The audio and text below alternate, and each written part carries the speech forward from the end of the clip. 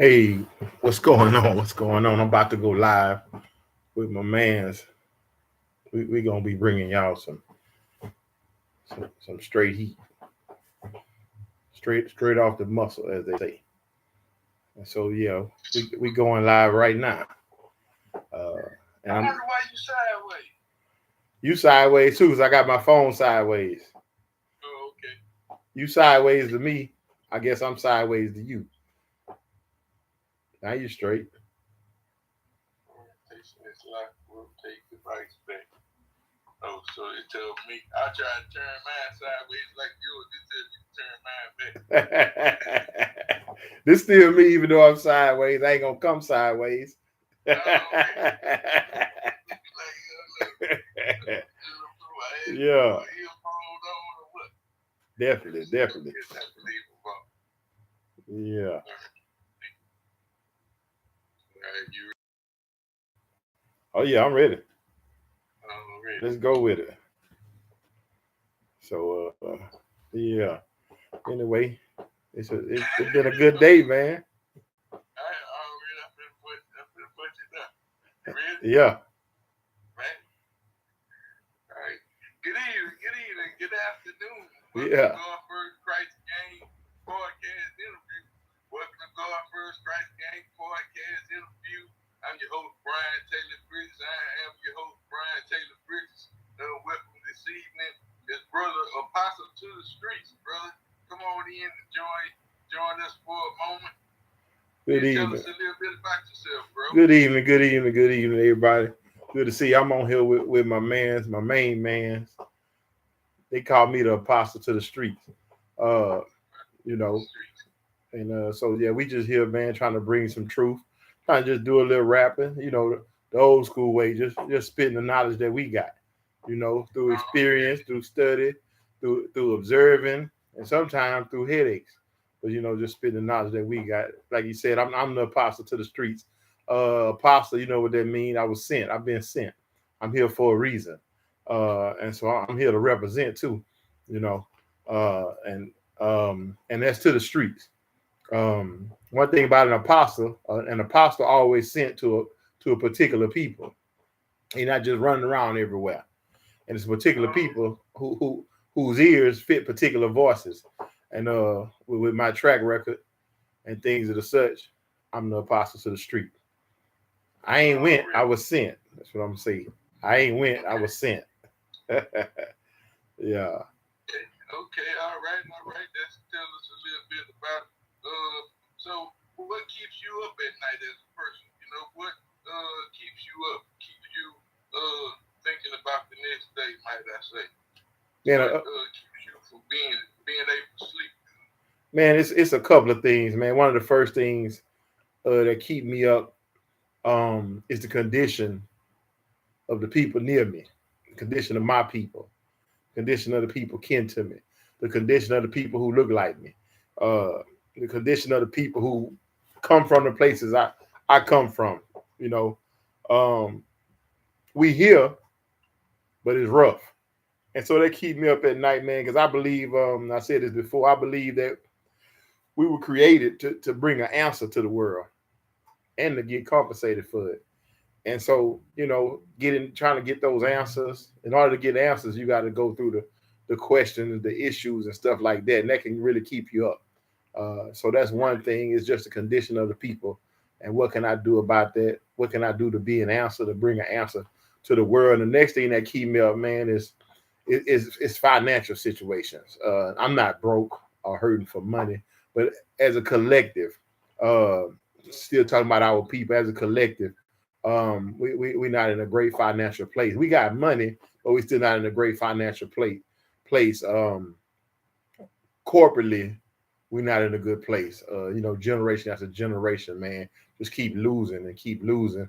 And so, just trying to come up with some financial construction things that's easy to catch on to, and just being able to pass that on. The knowledge, the information that I have. You know, Right, so that they may learn and be able to reach right. on their own.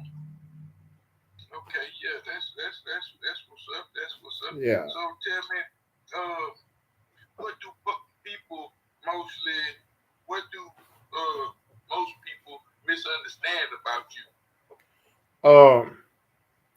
One of the main things people misunderstand about me is my intentions.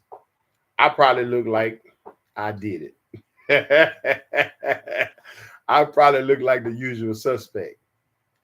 And I probably fit the description of things of the such. And so a lot of times people are not very trusting and things of the such. And so, it's um, just misjudging me, my character according to my appearance. As much as we get upset that America judge all black folks according to the skin color, a lot of us turn around and we still judge according to those same things. I don't care nothing about being judged or nothing like that for somebody condemning me or such. But sometimes I have something of value and I'm just trying to share it, you know.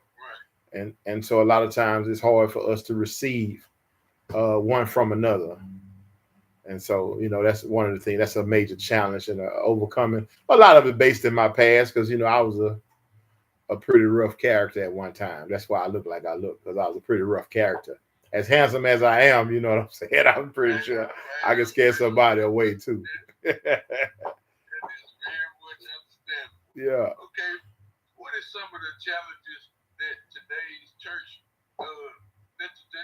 community face? What is some of the biggest challenges? Man, when I think about the church, we grew up at church, not necessarily in church listening. We grew up at church. Then when we did listen, we heard some things, we saw some things.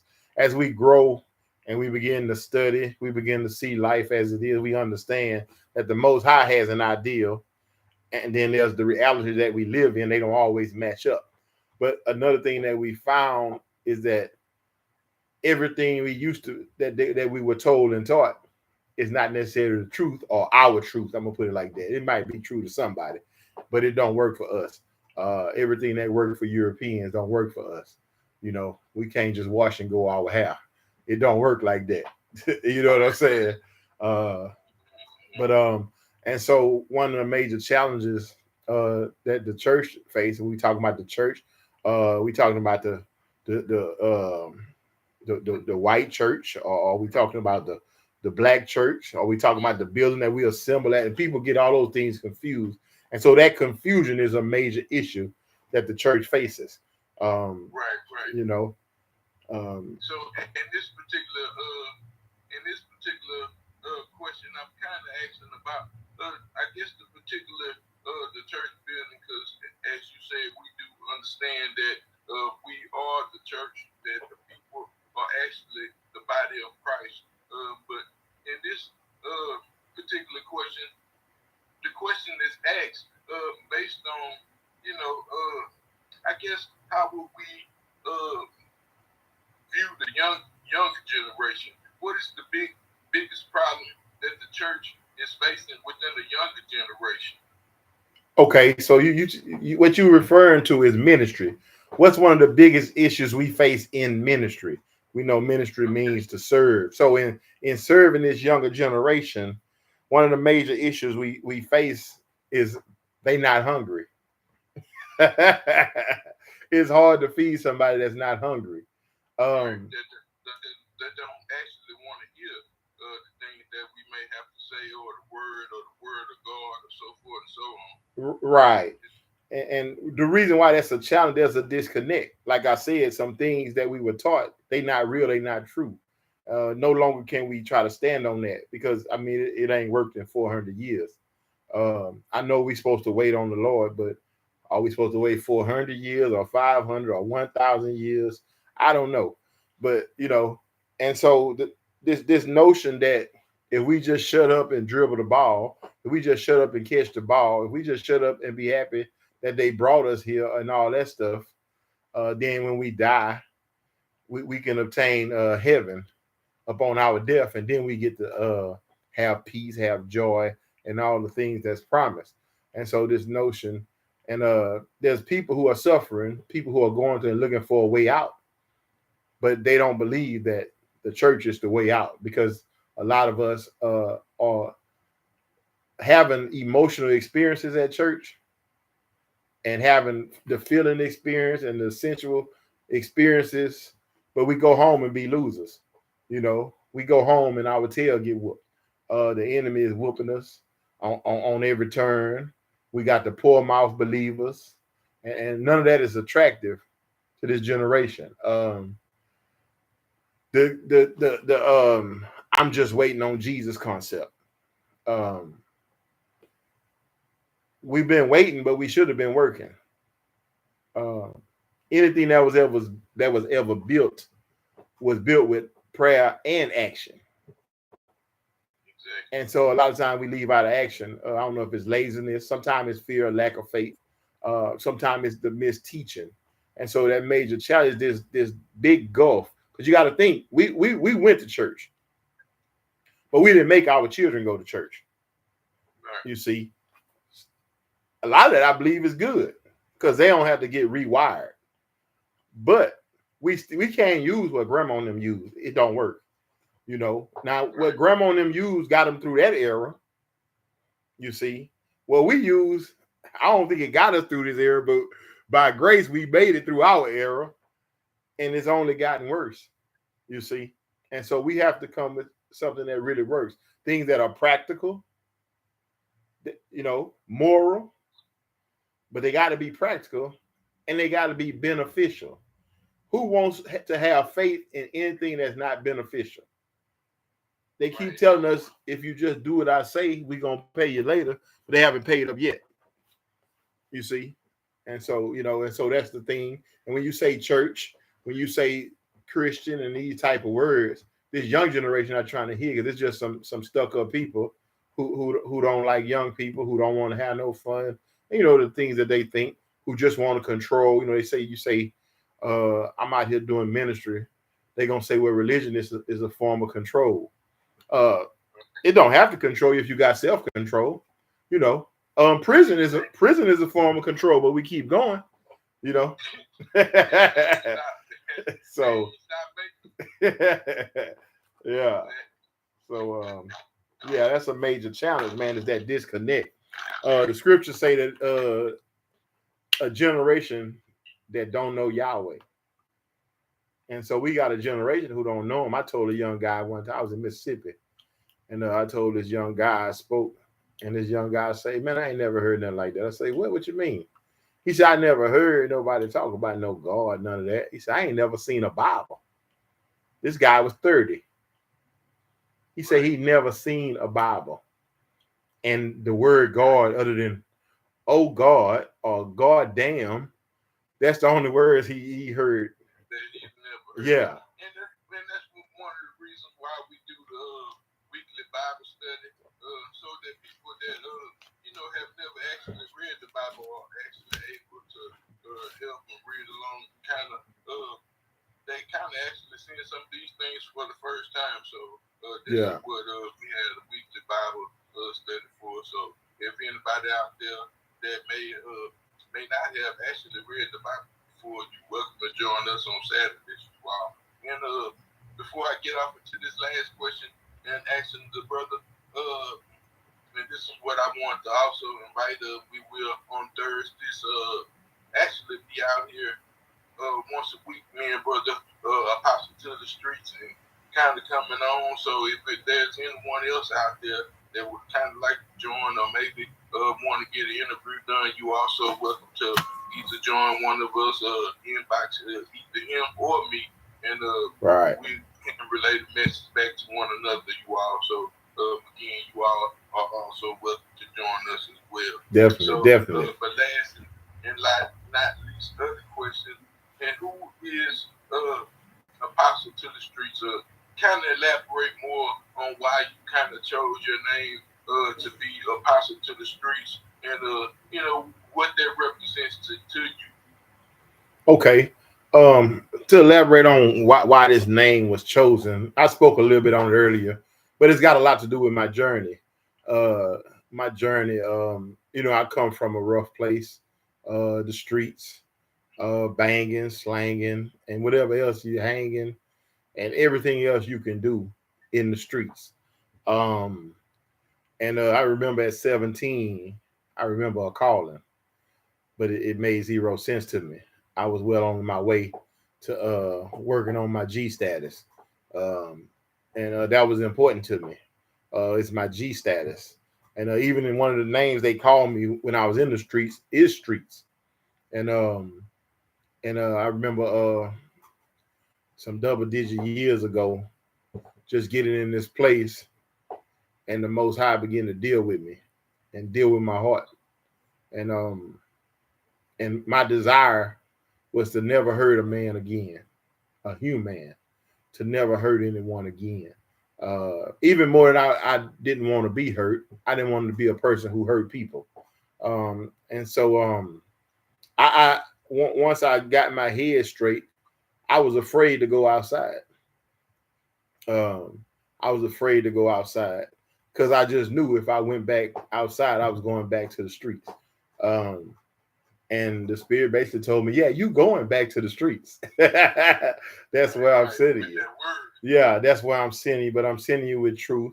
I'm sending, and even my pastor, he called me to come eat lunch with him. He said, "Man, as much as I would love for you to hang around this church with me, he said, it's not your calling." He said, "You're gonna speak to people. You're gonna speak truth to them, but it ain't gonna be King James." He said, "It's gonna be truth. It's gonna be grounded in the word." But you're gonna speak to them on a level that they can hear. You're gonna speak to this generation on a level that they can hear you. And so, I jumped back out there, begin to do street ministry. Everything, man, just running through the hoods out there in PA and Orange and Searsby, all through Beaumont. I used to make sack lunches. Sometimes I only had crackers and sardines in them and a bottle of water. And I didn't just give them to homeless people. I mean, it could be the city people working or whoever. Everybody was welcome, and I just was out there running around, just doing what I could do. And Most High put me in position to begin a ministry association where I would go about validating other street ministers who didn't minister in the traditional way. Even though I was in that place where I ministered in a traditional way, I pastored actually in the building over 10 years and things of such. But even in the midst of that, I traveled mostly the East Coast from Texas through Mississippi, Florida, all the way up to New York, ministering in the streets over at Florida State, places like that, Virginia, just anywhere. It's connected in New York and all through Mississippi and all that. And but it was always street ministry, street outreach. And so beginning to connect with these guys, and the scripture told me to go into every city and find men like myself. And so that's what I was doing. I was going and finding men like myself. We looked up, man, we got a ministry association based under the same ministry, Reconciliation, Worship, and Outreach Ministries, is based under this same ministry. And it's these not just men when I say guys, but it's these guys who go out and they minister to people in the streets. They minister to the less fortunate. If nobody's smoking weed at one of our events, we think something wrong. If ain't no alcoholics, if ain't no whores and dope dealers and all that, we don't feel like we having the right impact or the right effect. And so me being eventually the overseer or the one who ordained, the one who ordained and brought these guys together, that put me in the apostle seat as the one who went out in the beginning. Apostle is a church planner, but I ain't never planted a building because we are the church. So, to go out and to plant these people into these communities and things of the such. And so that's where the apostle, and that's where the streets come from. And so it's in my heart, man, to pull somebody out. I bang for I don't know, at least 22 years. I'm talking about banging, being active. Some people say you can't get out of a gang, but I don't argue one way or the other. But I'm not an active gang banger. I'm just saying what I say. I'm sure some people still see me the way they see me, but that ain't my business. But for them 20 something years, I was about 13 when I got turned on. So them 22 plus years. Um, I got to a place where one of the names they started calling me was Streets. Um, and the reason they was calling me that because nobody ran them better, and I was just like the Streets. You could not run me. You could not run me. And so, in that same vein, you know, I gravitated to the apostle to the Streets. It was actually in service. Some people who's really in touch spiritually, basically interrupted the service I was at. Like, you got this all wrong. What's on you is more than just being the deacon. And later called me to the side and began to explain some things to me in the spirit. And not that I just took it and ran with it, but I don't know if any of y'all ever threw in the towel, but I threw the towel in. Next thing you know, the towel flew back and hit me in the face. So it ain't no quitting. That means get back out there. All I did was got a fresh towel, a fresh anointing, a fresh manner to just go out, man. Like I say, man, and spread the love of the Most High in a way that people can receive it. Never saying, hey, you need to do or be this, but allowing my actions to reflect the love of the Father. That's my goal, to allow my actions to reflect the love of the Father. And so that's where the apostle to the streets come from. Amen, man. That's a good name, man. That's Yeah. a very good name to So, pat yourself behind, man. I'm so proud to be a part of that, man. Yes, sir. You are part of it. Era in that gender. Yeah, man. Absolutely. Yeah, so, you know where we come from.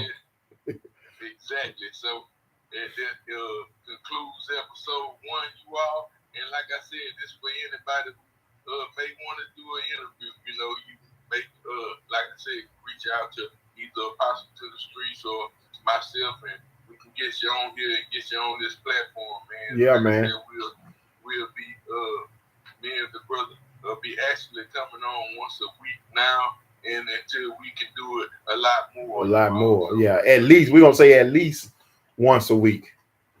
We might even do us a couple of, we get together, do us a couple of pre-records and put them out there for y'all, But yeah, we expect them to be coming on, man, to, like I say, bringing truth, bringing content.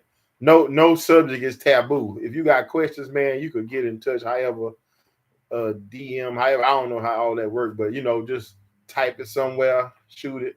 Man, we touching every subject under the sun. We ain't scared of nothing. Every subject. Yeah, we talking about LGBTQ. We're gonna talk about the Jews and who they are. We're gonna talk about everybody. I'm not talking about insult everybody. I mean, we're gonna speak on the questions that's at hand, whatsoever they may be. And so yeah, man, just excited, man, to be up, to be running, man, to be trying to bring and spread some truth, man, because it's the truth that'll make you free. Amen to that, brother. So again, y'all, y'all welcome to join us here, and y'all tap in on the brother channel and kind of give him support if you will. And we here, man. We'll see y'all probably later tomorrow. Yeah, when we see y'all, we'll be back. Yeah, we'll be here soon, you all. We'll be back. So you all have a lovely and enjoyable evening this Saturday. Sabbath Shalom. Peace. We'll see you soon. We out. Shalom. All right, brother. All right, people, man. Shalom, man. Thank y'all for joining us, man, as we stream. Hope y'all can hear the whole thing going on. Once again, like the brother says, shalom. See y'all when we see y'all. We're going to be in the streets.